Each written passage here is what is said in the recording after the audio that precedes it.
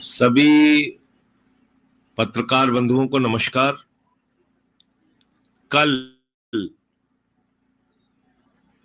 एक ऐसा बयान परवेज वर्मा ने दिया जिससे पूरे सिख समाज का, पंजाबी समाज का घोर अपमान हुआ है। उनका बयान यह है कि दिल्ली के अंदर पंजाब नंबर की गाड़ियां घूम रही हैं, और उससे आगे बढ़ के कहता है परवेज वर्मा, वो कह रहा है ये 26 जनवरी गणतंत्र दिवस के पर्व के लिए खतरा है। ये तो अपने आप में बहुत गंभीर बात है।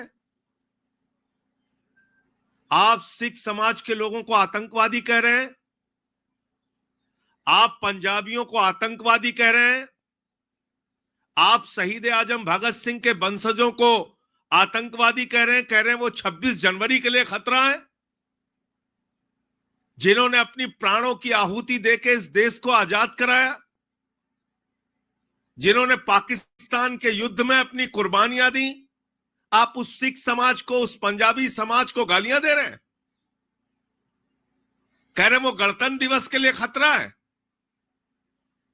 पूरे देश में भाजपाइयों ने बांग्लादेशी घुसपैठियों को बसा रखा है, उससे खतरा नहीं है। अपने ही देश के एक हिस्से के, पंजाब के लोग अगर उनकी गाड़ियां यहां पे आ रही हैं तो वो गणतंत्र दिवस के लिए खतरा है।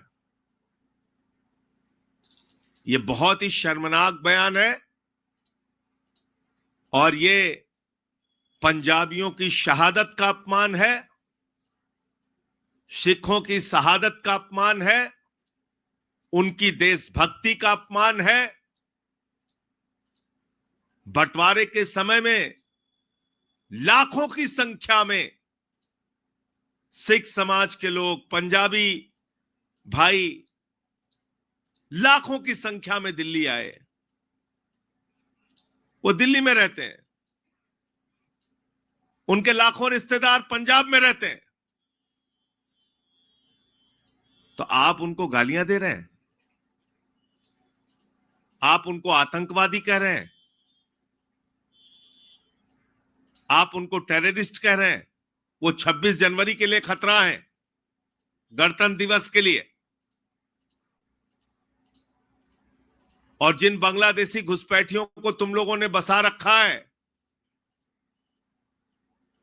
वो खतरा नहीं, क्योंकि तुम्हारे दोस्तों का व्यापार अडानी का चल रहा है, हजारों करोड़ रुपए की बिजली सप्लाई कर रहा है बांग्लादेश को।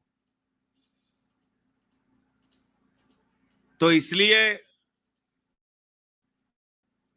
5 फरवरी को परवेज वर्मा के अपमान का बदला, उसके द्वारा सिख समाज को दिए गए गाली का बदला, उसके द्वारा किए गए सिख समाज, पंजाबी समाज के अपमान का बदला दिल्ली के लाखों सिख और पंजाबी मिलकर अपने वोट की ताकत से लेंगे।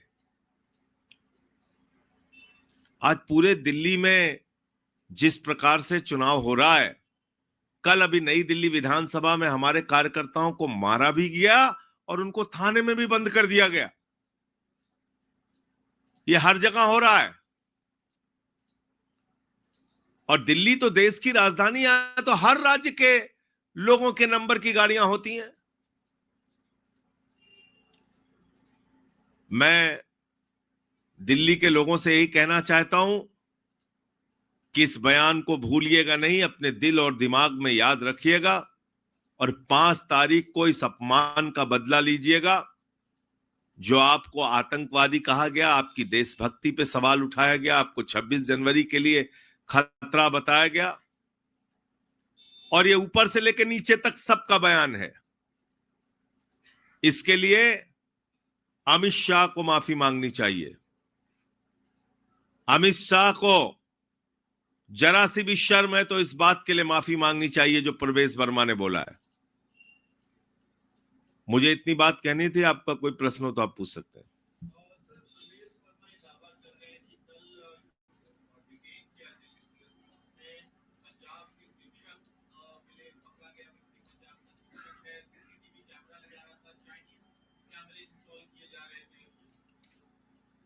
देखिए,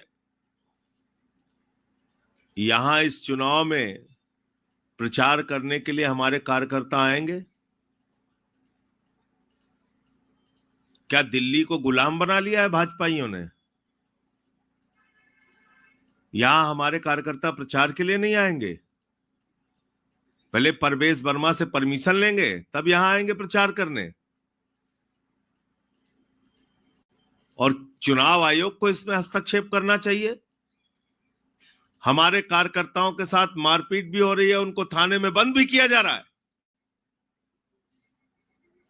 ऐसी खुलेआम गुंडागर्दी।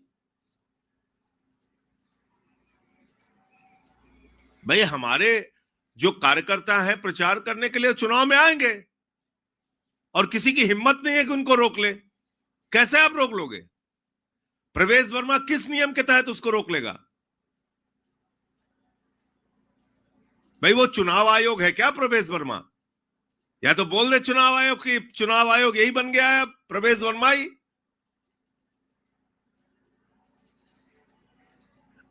अजीब बात है। मतलब हमारे कार्यकर्ताओं को मार भी रहे हैं, फिर कह रहे हैं वो प्रचार करने के लिए आए थे। अरे, प्रचार करने के लिए आएंगे, हमारे कार्यकर्ता प्रचार करने के लिए आएंगे, प्रचार करेंगे भी।